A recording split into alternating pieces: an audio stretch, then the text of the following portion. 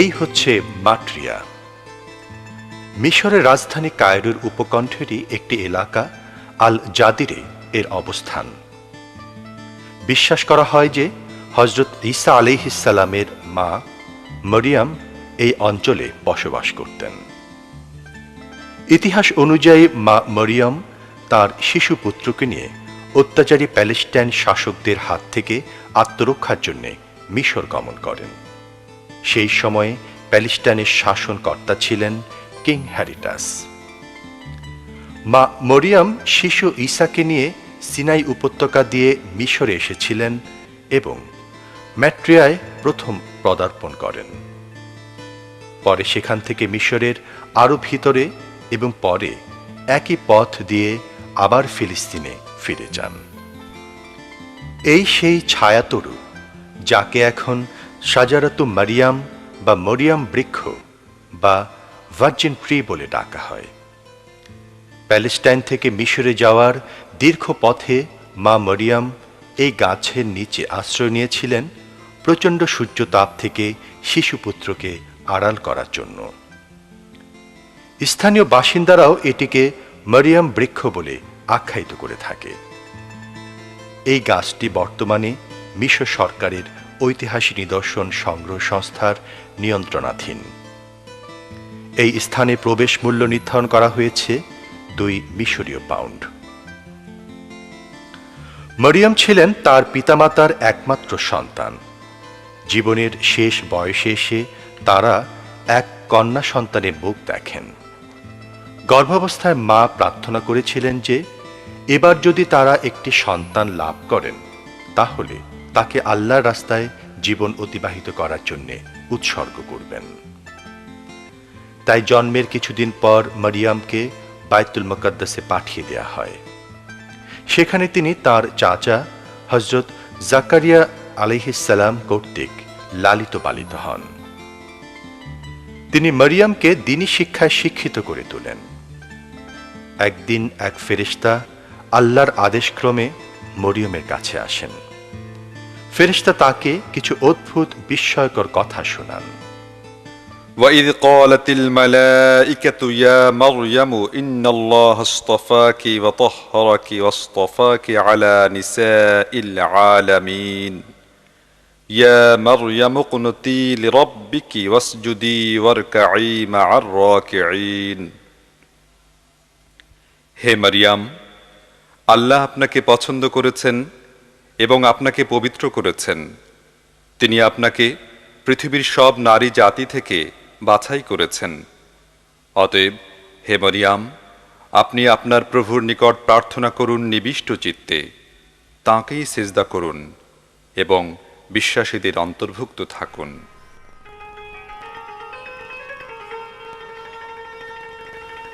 মহান রব্বুল আলামিন মরিয়মকে একজন নবীর মা হিসেবে বাছাই করেন। কোনো পুরুষের সঙ্গ ছাড়াই আল্লাহর অশেষ কুদরতে তিনি গর্ভবতী হন এবং এক পুত্র সন্তান লাভ করেন। নাম রাখেন ঈসা। এই চৌবাচ্চাটি মা মরিয়ম নিজে স্থাপন করেছিলেন শিশু ঈসা আলাইহিসসালামকে গোসল করাবার জন্য। মরিয়ম বৃক্ষের সন্নিকটে আরেকটি গাছের নিচে এই চৌবাচ্চাটি অবস্থিত। এর গায়ে কোনো উৎকীর্ণ লিপি না থাকলেও এটি মরিয়ম আর ঈসার জীবনের একটি গুরুত্বপূর্ণ নিদর্শন। অবিবাহিত মরিয়মের ঘরে শিশু ঈসার জন্ম বাইতুল মুকাদ্দাসের লোকজনের মধ্যে বিরূপ প্রতিক্রিয়া সৃষ্টি করে। তারা তাকে অবৈধ সম্পর্কের দায়ে অভিযুক্ত করে এবং প্রচার করে যে মরিয়মের অনৈতিক সম্পর্কের ফল হচ্ছে এই শিশু। এই অবস্থায় আল্লাহর অশেষ রহমতে শিশু ঈসার জবান খুলে যায়। তিনি বলেন যে তার মা সম্পূর্ণ পবিত্র আছেন, কোনো অনৈতিকতা তাকে স্পর্শ করেনি। তিনি ভবিষ্যতে একজন নবী হবেন এবং বনী ইসরায়েলের নেতৃত্ব দেবেন। হযরত আদম আলাইহিসসালামের পিতামাতা কেউ ছিল না, তথাপি আল্লাহ তাঁকে সৃষ্টি করেছিলেন শুধুমাত্র কাদা মাটি থেকে। এক্ষেত্রেও তাই হয়েছে। পুরুষের সান্নিধ্য ছাড়া মরিয়মের গর্ভধারণ মহান আল্লাহর নিকট কোনো অসম্ভব বিষয় নয়।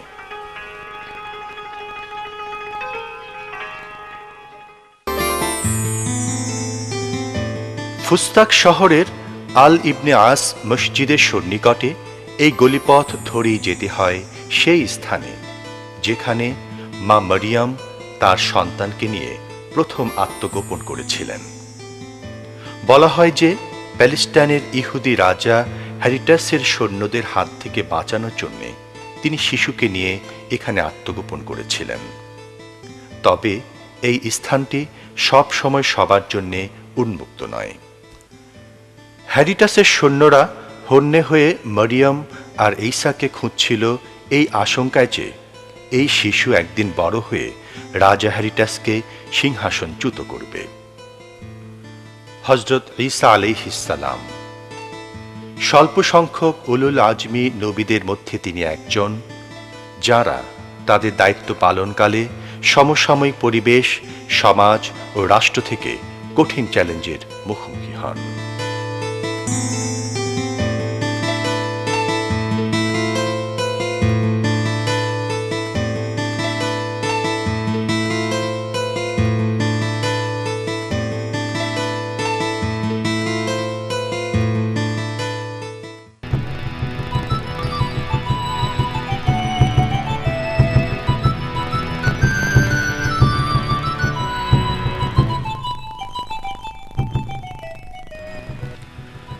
জর্ডানের রাজধানী আম্মানের 7 কিলোমিটার দক্ষিণে আল রাজিক মতান্তরে আল রাকিব নামে একটি গ্রাম রয়েছে। কয়েকটি ঐতিহাসিক গুহার জন্য এই গ্রামটি বিখ্যাত হয়ে আছে। গুহার চারপাশের এবং এর ভিতরের বিভিন্ন নিদর্শন পর্যবেক্ষণ করে প্রত্নতাত্ত্বিকগণ বলেছেন যে এই গুহাগুলো প্রকৃতই আসহাবে কাহফের গুহা, যাদের কথা পবিত্র কোরআনে বলা হয়েছে। ঐতিহাসিক এবং প্রত্নতাত্ত্বিক গবেষণাতেও এই দাবির সপক্ষে প্রমাণ মেলে। আশেপাশের কিছু নিদর্শন এই গুহা সম্পর্কে পবিত্র কোরআনে যে বর্ণনা দেওয়া হয়েছে তারই সপক্ষে প্রমাণ দেয়। গুহার উপর প্রাপ্ত এই খিলানগুলো, যেগুলো সূর্যের উদয় ও অস্ত যাওয়ার সময় নির্ধারক হিসেবে স্থাপন করা হয়েছিল, তা এই দাবিকে আরও বিশ্বাসযোগ্য করেছে যে এটাই আসহাবে কাহফের গুহা। 1868 সালে ক্লেমোর গন নামে একজন ফরাসি প্রত্নতত্ত্ববিদ আরাকিন নামে একটি গুহা পরিদর্শন করেন।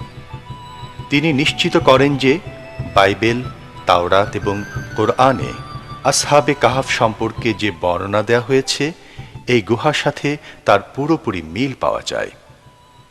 এই গুহাটি ঠিক কোন জায়গায় অবস্থিত, ঠিক কখন এই ঘটনা সংঘটিত হয়েছিল, ঠিক কতজন লোক এখানে বাস করেছিল, তার সুনির্ধারিত কোনো বিবরণ পবিত্র কোরআনে পাওয়া যায়নি। শুধু এইটুকু বলা হয়েছে যে তারা ছিলেন একদল পুরুষ। তারা আল্লাহর ধর্মে বিশ্বাস করতেন এবং ঈসা আলাইহিস সালামের প্রচারিত বাণীতেও বিশ্বাস করতেন। তারা এই গুহাতে 309 বছর ঘুমিয়ে কাটিয়েছিলেন। বাইবেলে 7 জন লোকের কথা বলা হয়েছে, যাদের নাম তামলিকা, নোয়েক্সলিঙা, মাহাটাডাস, লিনোয়াস, সাহিনুনাস, জুনোয়ানুস এবং কাসিফেতান্নাস। বলা হয়েছে যে এরা ডাকিয়ানুর নামক নিষ্ঠুর রাজার হাত থেকে বাঁচার জন্য এখানে এসে আত্মগোপন করেছিলেন। তারা গুহায় অবস্থান নিয়ে 157 থেকে 240 বছর পর্যন্ত ঘুমিয়েছিলেন।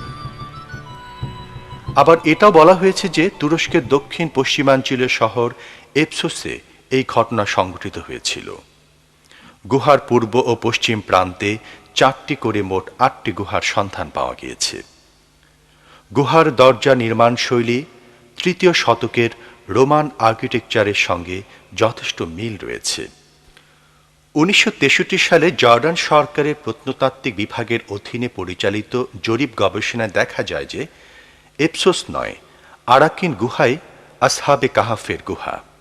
কারণ আসহাবে কাহাফ সম্পর্কে কোরআনে উল্লেখিত বর্ণনার সঙ্গে আরাকিন গুহারই মিল পাওয়া যায়, এফসোসের নয়।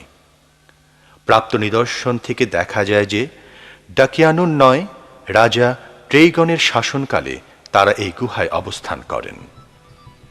রাজা ট্রেইগন ৯৮ থেকে ১১৭ সাল পর্যন্ত জর্ডানের শাসক ছিলেন। ট্রেইগান ১৬ খ্রিস্টাব্দে জর্ডানের পূর্ব প্রান্ত জয় করে নেন। অনেক বছর পর যখন সেখানে রাজা ডোসিয়াসের শাসন চলে, তখন গুহাবাসীরা জেগে ওঠেন। ঘুম থেকে উঠে দেখেন জর্ডানে ঈসা আলাইহিসসালামের অনুসারী তথা ঈমানদারদের শাসন চলছে। প্রাপ্ত নিদর্শন সমূহের মধ্যে এই বাইজেন্টাইন মুদ্রাটি অন্যতম। এই মুদ্রা রাজা ট্রেইগনের সময় জর্ডানে বিনিময় মাধ্যম হিসেবে ব্যবহৃত হতো। এই কবরে কিছু মানব দেহের হাড়গোড় রাখা হয়েছে। ১৯৬০ সালে খনন কাজ করার সময় এগুলো পাওয়া যায়। বলা হয়েছে ৩য় শতকে রোমানদের শাসনামলে এই মানুষগুলো এখানে এসেছিল। গুহাতে প্রাপ্ত অন্যান্য ঐতিহাসিক নিদর্শনের মধ্যে রয়েছে কাঁচের ধারকে সাজানো এই গহনাগুলো। তবে এগুলো যে আসহাবে কাহাফ সম্পর্কিত কিছু, তার কোনো সুনির্দিষ্ট প্রমাণ পাওয়া যায়নি। পবিত্র কোরআনে আসহাবে কাহাফের উল্লেখ সকলের জন্যই একটি গুরুত্বপূর্ণ শিক্ষা। যারা ঈসা আলাইহিসসালামের কথায় বিশ্বাস করেছিল, তারা এক আল্লাহর ইবাদত করত। মহান রব্বুল আলামিন বলেন, إذ أوى الفتية إلى الكهف فقالوا ربنا آتنا من لدنك رحمة وهيئ لنا من أمرنا رشدا। যখন তারা কয়েকজন যুবক গুহায় আশ্রয় গ্রহণ করল এবং তারা বলল, হে আল্লাহ, আমাদেরকে বিশেষ রহমত দ্বারা ধন্য করো এবং সমস্ত ব্যাপারটি সুষ্ঠু ও সঠিক রূপে গড়ে দাও। তারা যখন ৩০৯ বছর যাবৎ ঘুমিয়েছিলেন, তখন এই গুহায় তাদেরকে নিরাপদ আশ্রয় দান করেছিল। আল্লাহর করুণায় একটি অসম্ভব ব্যাপারই সম্ভব হল। ৩ শতাব্দী পরে ঈমানদারদের দ্বারা অত্যাচারিত শাসক সহ সকল মূর্তি উপাসকরা বিতাড়িত হল। এই ঘটনা মূলত সর্বশক্তিমান আল্লাহ রাব্বুল আলামিনের অসীম ক্ষমতা ও কুদরতের কথা স্মরণ করিয়ে দেয়। এই নিদর্শনগুলো এখন বিশ্বাসীদের জন্য অমূল্য সম্পদ।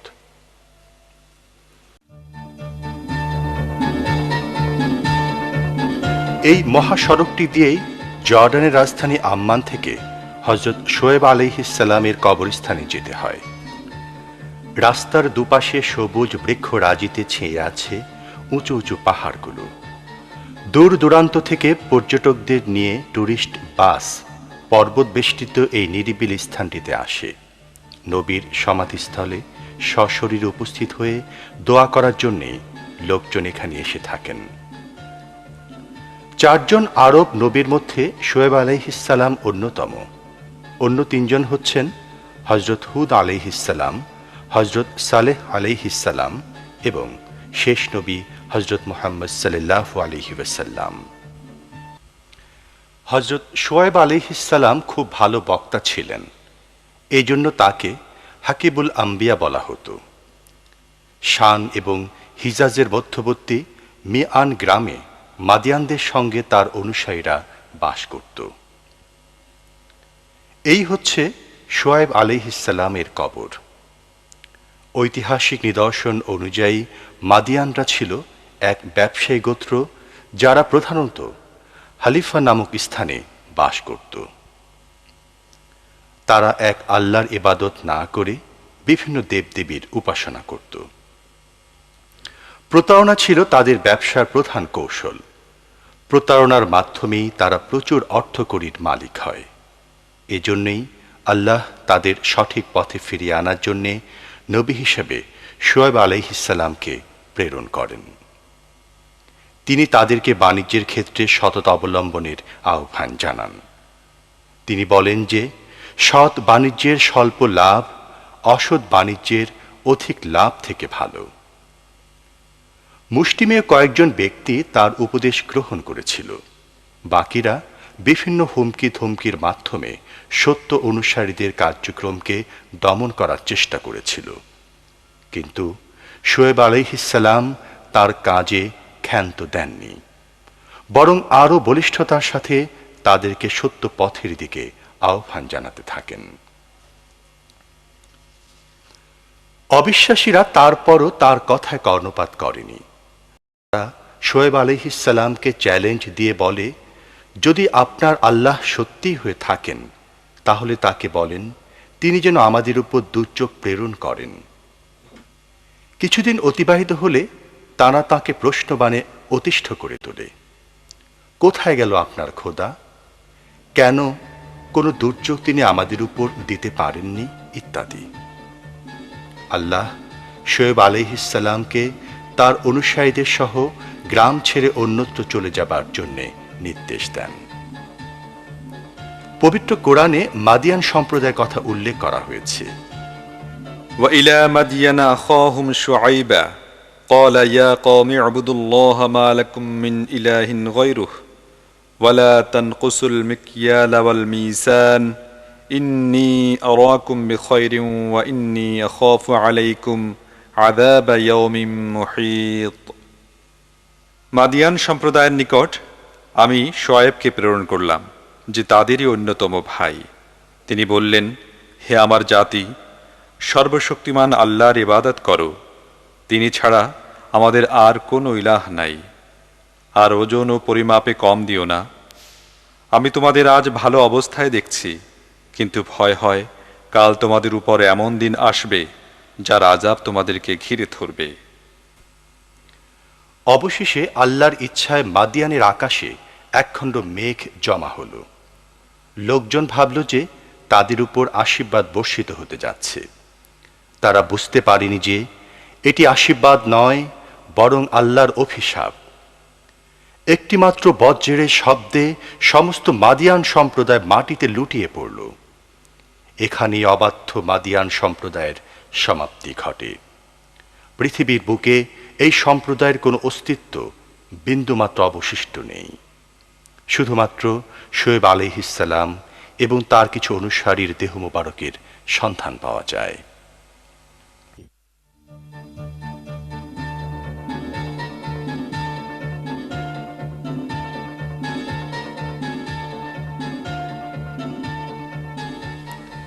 কয়েক বছর পূর্বে এই উপত্যকায় জনবসতি গড়ে ওঠার আগে এটি ছিল মরুভূমির মাঝখানে একখণ্ড উর্বর জমি মাত্র। এখন এখানে প্রচুর পরিমাণে আঙুর, জলপাই আর বেদানার চাষ হয়। তবে অল্প সংখ্যক কিছু লোক এগুলো সংগ্রহ করে। বলা হয় যে এই লোকগুলো আসলে এই জমির মালিকদের উত্তরপুরুষ।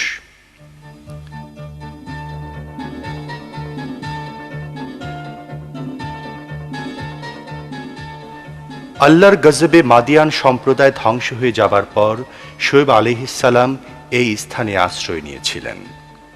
এই স্থানেই হযরত মুসা আলাইহিসসালাম হযরত শোয়েব আলাইহিসসালামের কন্যাকে বিয়ে করেছিলেন। বিয়ের আসরে শোয়েব আলাইহিসসালাম তার জামাতাকে নিজের তরবারির খাপটি উপঢৌকন হিসেবে দিয়েছিলেন। এই জমিটি অত্যন্ত উর্বর। বর্তমানে এখানে জর্ডানের অধিবাসীরা আবাস গড়ে তুলেছে। তারা এখানে ফল ফলাদি ও শাকসবজি উৎপন্ন করছে এবং পশুপালন করে নিজেদের ভাগ্য করার চেষ্টা করছে।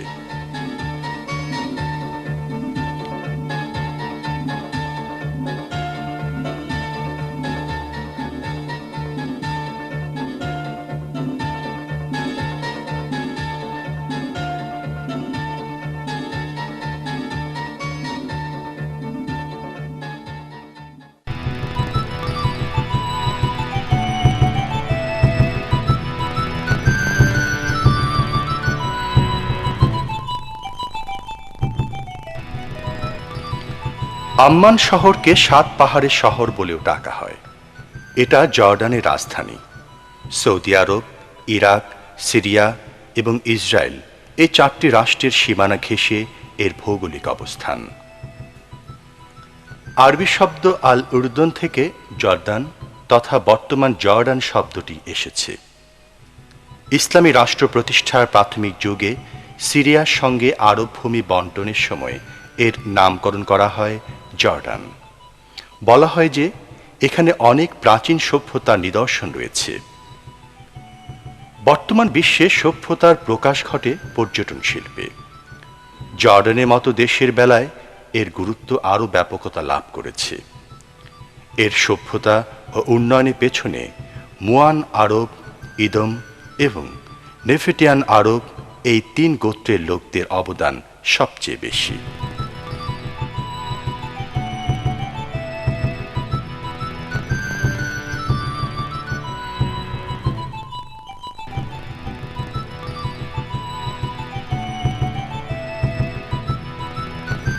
জর্ডানের যে স্থানটির কথা পবিত্র কোরআনে উল্লেখ করা হয়েছে সেটি হচ্ছে জুডি হিল বা জুডি পর্বত।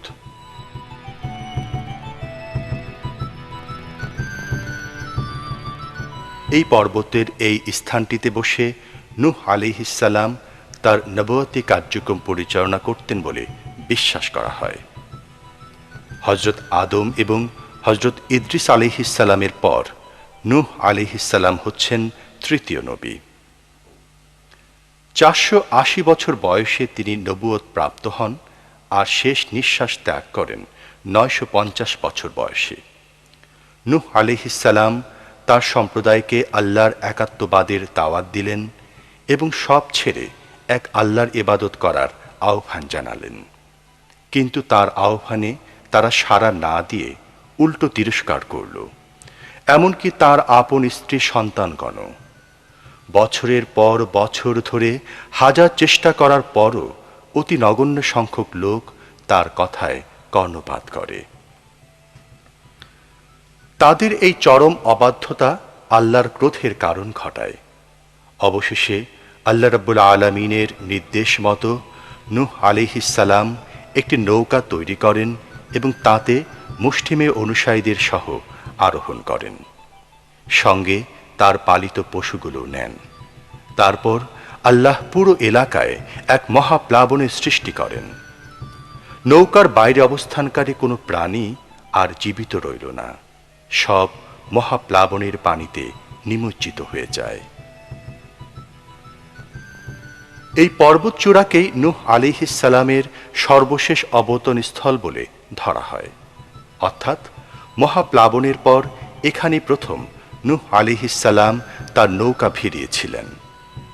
এই ঘটনার মধ্য দিয়ে নূহ আলাইহিস সালামের 470 বছরের নবুয়তি জীবনের অবসান ঘটে।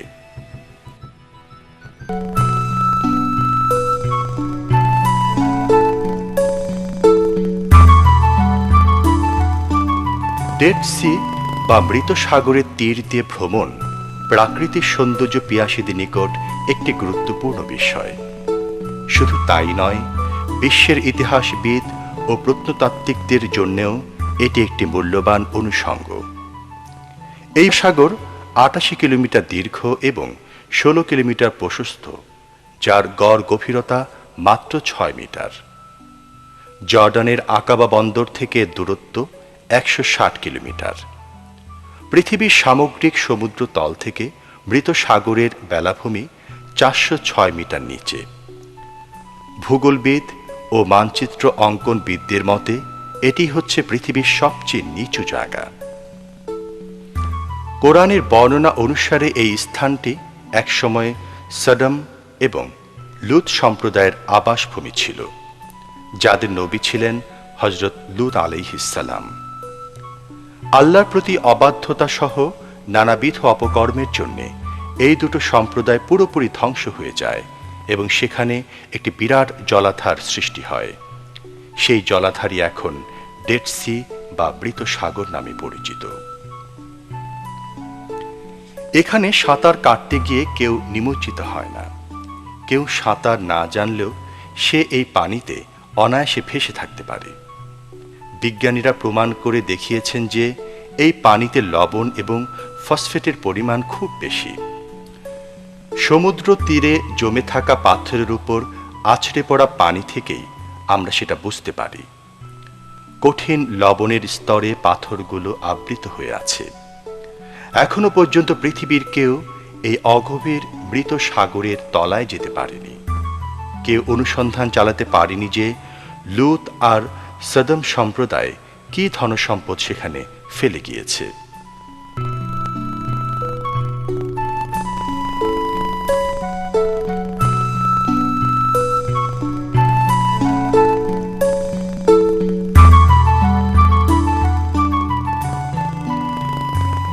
উঁচু পর্বত ঘেরা এই সড়কটি পেট্রাকে যাওয়ার একমাত্র পথ। খ্রিস্টপূর্ব নবম শতাব্দীতে পেট্রাকীয় সভ্যতা গড়ে ওঠে। এখানকার আবহাওয়া শুষ্ক ও গরম। প্রশ্ন জাগে, এরকম একটি পরিবেশে কি করে পেট্রা সভ্যতা গড়ে উঠেছিল, আর কি করেই বা এটা টিকেছিল?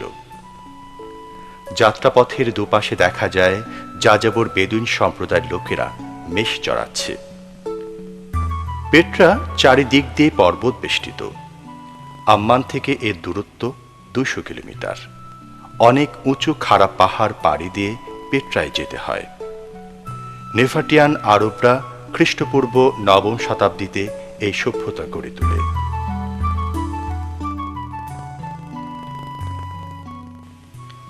এই হচ্ছে জনৈক নেফাটিয়ানের সমাধিস্থল। ধারণা করা হয় যে 250 খ্রিস্টপূর্বাব্দে এই সমাধি নির্মাণ করা হয়। কবরগুলোর অবস্থান খুব চমৎকার একটি জায়গায়। নেফাটিয়ানদের উদ্দেশ্য ছিল এই কবরস্থানগুলোর পাশাপাশি তারা কিছু আশ্রয়স্থানও গড়ে তুলবে, কারণ দুর্গম পর্বত বেষ্টিত বিধায় জায়গাটি বেশ নিরাপদ।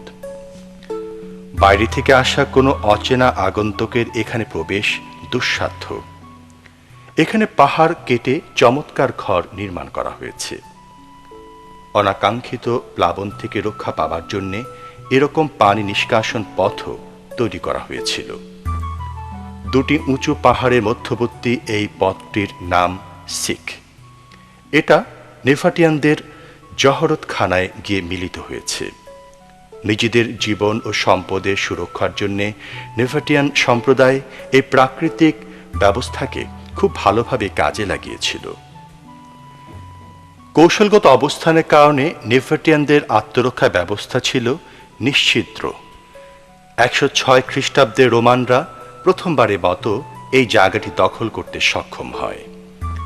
এই জন্য তারা পূর্বেই আশেপাশের সকল নদী থেকে এর পানি নিষ্কাশন ও সেচ সংযোগ বিচ্ছিন্ন করে দিয়েছিল। সিখ অর্থাৎ এই গিরিপথের গা ঘেঁষে একটি সেচ খালও নির্মাণ করা হয়েছিল। নেভাটিয়ানদের নির্মাণ শৈলী ছিল সত্যিই চমৎকার। বিশ্বাস করা হয় যে এখানে নেভাটিয়ানরা তাদের ধনসম্পদ হিরে জহরত সঞ্চয় করে রাখত। কঠিন পাথরের পর্বত গাত্রে খোদাই করে নির্মিত এই গৃহসজ্জাদি এই এলাকাটিকে ভ্রমণকারীদের একটি লোভনীয় স্থানে পরিণত করেছে। সৌদি আরবের মাদিয়ান সালেহ নামক স্থানেও এই ধরনের নির্মাণ কাজের কিছু কিছু নমুনা দেখা যায়। পাহাড়ের গায়ে খোদাই করে নির্মিত এইসব খোপ নেভাটিয়ানদের বাসস্থান হিসেবে ব্যবহৃত হতো। বর্তমান যুগের অ্যাপার্টমেন্ট ভবন, বহু কামরা বিশিষ্ট বাড়িঘর নির্মাণ কৌশল মূলত নেভাটিয়ানদের এই নির্মাণ কৌশল থেকে এসেছে। তখনকার দিনে এটি ছিল বিশ্বের সবচেয়ে বিস্ময়কর নির্মাণ কৌশল। বাসস্থান নির্মাণের এসব কৌশল নেভাটিয়ানরা কিভাবে অর্জন করেছিল সেটাও একটা রহস্যময় ব্যাপার। প্রায় 3000 লোক এখানে বাস করত। আবাস গৃহগুলোর পাশেই এই মিলনায়তনটি অবস্থিত। 106 খ্রিস্টাব্দে রোমানরা পেট্রা জয় করার পর এই মিলনায়তনটি নির্মাণ করেছিল বলে ধারণা করা হয়। প্রায় 5000 লোক এখানে বসে অনুষ্ঠান উপভোগ করতে পারত। 330 খ্রিস্টাব্দে বাইজেন্টাইন যুগে এই স্থাপনাগুলোকে একবার মেরামত করা হয়েছিল। পরে জনসংখ্যা বৃদ্ধির প্রেক্ষাপটে আরও নতুন নতুন পাহাড় খোদাই করে গৃহ নির্মাণ করা হয় এবং পুরাতনগুলোকে আরও বড় করা হয়। 7ম শতাব্দীর শুরুর দিকে মুসলমানরা জর্ডান জয় করার পর এতদ অঞ্চলে রোমান আধিপত্য পুরোপুরি খর্ব হয়ে যায়। ফলশ্রুতিতে পেট্রার গুরুত্ব কমে যায়। তখন এই স্থানটি শুধু মক্কায় গমনকারী লোকদের বিশ্রামস্থল হিসেবে ব্যবহৃত হতো। নেভাটিয়ানদের এই নগর সভ্যতা 800 বছর টিকেছিল।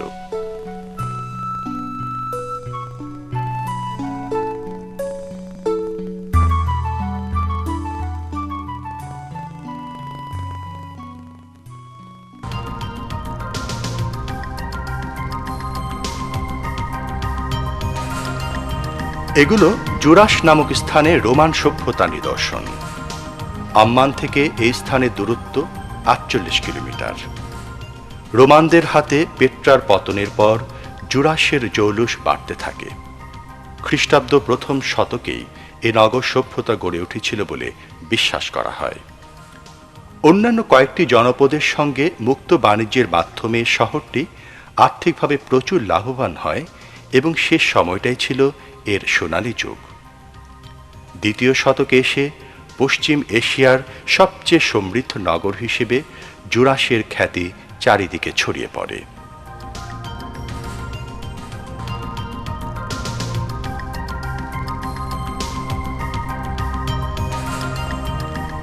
এই ঝর্ণাটির নাম নিমফিল। ছোট ছোট খালের মাধ্যমে এই ঝর্ণার পানি নগরের বিভিন্ন জায়গায় সরবরাহ করা হতো। এই বৃত্তাকার পাটাতনটি সাধারণ রোমান চারুকলা নিদর্শন বহন করে। নগরের উঁচু উঁচু খিলানগুলো রোমান নির্মাণ কলার সাক্ষ্য বহন করছে। এই খিলানগুলোর উচ্চতা 10 থেকে 20 মিটার। এই পিলারটির সবসময় কাঁপতে থাকে। গোড়ায় একটি ছুরি এভাবে স্থাপন করলে এর কম্পন অনুধাবন করা যায়। মোহাম্মদ মাহমুদ আল মুমানি নামে একটি ট্যুরিস্ট গাইডে বলা হয়েছে যে এই পিলারগুলোর স্থায়িত্ব বৃদ্ধির জন্য এর ভিতরে মার্কারি জাতীয় পদার্থ প্রবেশ করানো হয়েছে।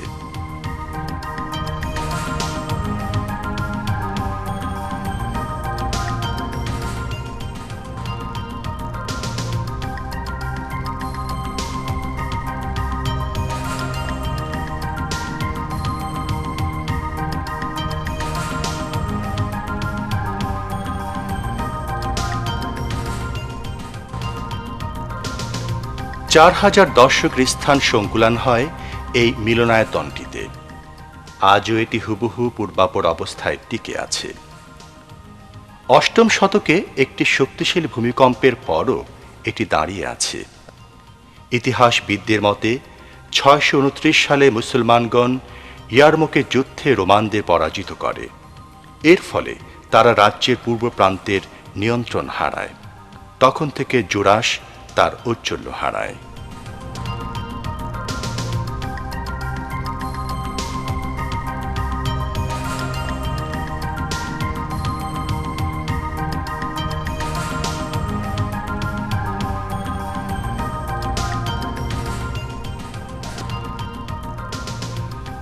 রাসূলুল্লাহ সাল্লাল্লাহু আলাইহি ওয়াসাল্লামের পালক পুত্র যায়েদ বিন হারিসের কবর এটি। তিনি মুতার যুদ্ধে মুসলমানদের সেনাপতি ছিলেন। 622 সালে এই যুদ্ধ সংঘটিত হয়। বসরায় রোমান সৈন্য কর্তৃক রাসূলুল্লাহ সাল্লাল্লাহু আলাইহি ওয়াসাল্লামের জনৈক দূত নিহত হবার ফলে রোমানদের সাথে মুসলমানদের যুদ্ধের সূচনা হয়। এই যুদ্ধে যায়েদ বিন হারিস রাদিয়াল্লাহু তাআলা আনহু বিস্ময়কর বীরত্ব ও সমরকুশলতার পরিচয় দেন। তিনি মাত্র 3000 মুসলিম যোদ্ধা নিয়ে 1 লক্ষ রোমান সৈন্যের সফল মোকাবেলা করেন।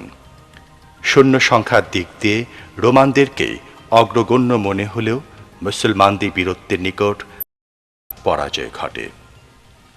যায়েদ বিন হারিস রাদিয়াল্লাহু তাআলা আনহু শেষ নিঃশ্বাস ত্যাগ করার আগ পর্যন্ত এই যুদ্ধে অবিচল ছিলেন। ইসলামকে রক্ষার জন্য যারা বীরত্বের সাথে শহীদ হয়েছেন, যায়েদ বিন হারিস তাদের অন্যতম। এটা হচ্ছে রাসূলুল্লাহ সাল্লাল্লাহু আলাইহি ওয়াসাল্লামের চাচা হযরত জাফর বিন আবু তালিব রাদিয়াল্লাহু তাআলা আনহুর কবর। মুতার যুদ্ধে যায়েদ বিন হারিস শহীদ হবার পর রণাঙ্গনে মুসলিম সৈন্যদের নেতৃত্ব তিনি নিজ হাতে তুলে নেন। অসম সাহসিকতার সাথে ইসলামের পতাকা হাতে নিয়ে তিনি শত্রু সৈন্যদের একেবারে মুখোমুখি হয়ে যান। পতাকা ধারণ করার জন্যে তিনি তার ঘোড়ার লাগাম ছেড়ে দেন। যখন তার ডান হাতটি কাটা পড়ে যায়, তখন বাঁ হাত দিয়ে তিনি পতাকা উত্তোলন করে রাখেন। বাঁ হাতটিও কাটা পড়লে শেষ নিঃশ্বাস ত্যাগ পর্যন্ত তিনি কোনো মতে পতাকাটি ঊর্ধ্বে তুলে ধরে রাখেন। যুদ্ধে হযরত জাফর বিন আবু তালেব রাদিয়াল্লাহু তাআলা আনহুর বীরত্ব রোমানদেরকে বিস্মিত করে।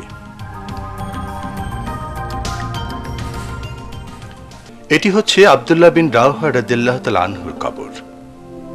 জাফর বিন আবু তালেবের শাহাদাতের পর তিনি হচ্ছেন মুতার যুদ্ধে তৃতীয় মুসলিম সেনাপতি।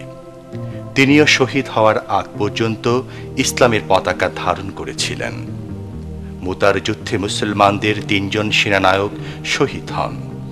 এই পর্যায়ে এসে চতুর্থ সেনাপতি হিসেবে দায়িত্ব নেন খালিদ বিন ওয়ালিদ।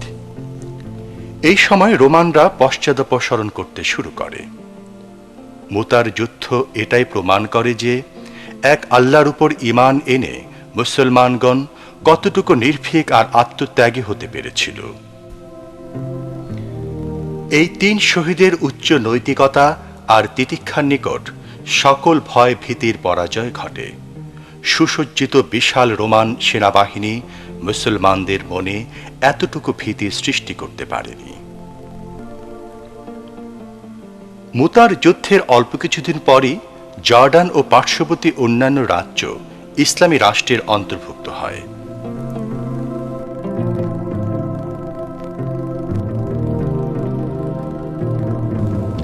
এটা হচ্ছে আবু উবায়দা বিন জারা রাদিয়াল্লাহু তাআলা আনহুর কবর। জর্ডানে ইসলামী রাষ্ট্রের প্রসার তার হাত ধরেই হয়েছিল। ৬৩৬ সালে ইয়ারমুকের যুদ্ধে তিনি মুসলমানদের পক্ষ ত্যাগ করেছিলেন। মুসলমানরা সেখানে বিপুল বিক্রমে যুদ্ধ করে রোমানদের পরাজিত করেন এবং জর্ডান মুক্ত করেন।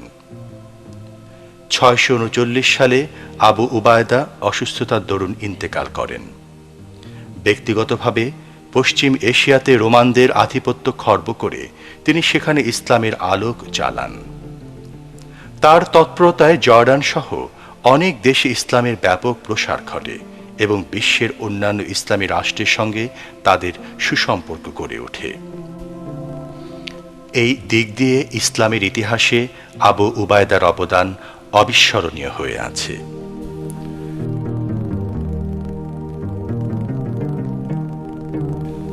অতীতের এইসব ঐতিহাসিক স্থাপনা ও নিদর্শনগুলো বর্তমান সময়ের উজ্জ্বল সাক্ষী। ইতিহাস প্রমাণ দেয়, যারা আল্লাহ তাআলার অনুসারী ছিল তারাই যুগে যুগে সম্মানিত ও মর্যাদাশীল হয়েছে, আর অস্বীকারীদের আল্লাহ দুনিয়া থেকে নিশ্চিহ্ন করেছেন অপমানের সাথে। মহান রব্বুল আলামিন আমাদের সত্যের পথে অবিচল রাখুন। আমিন।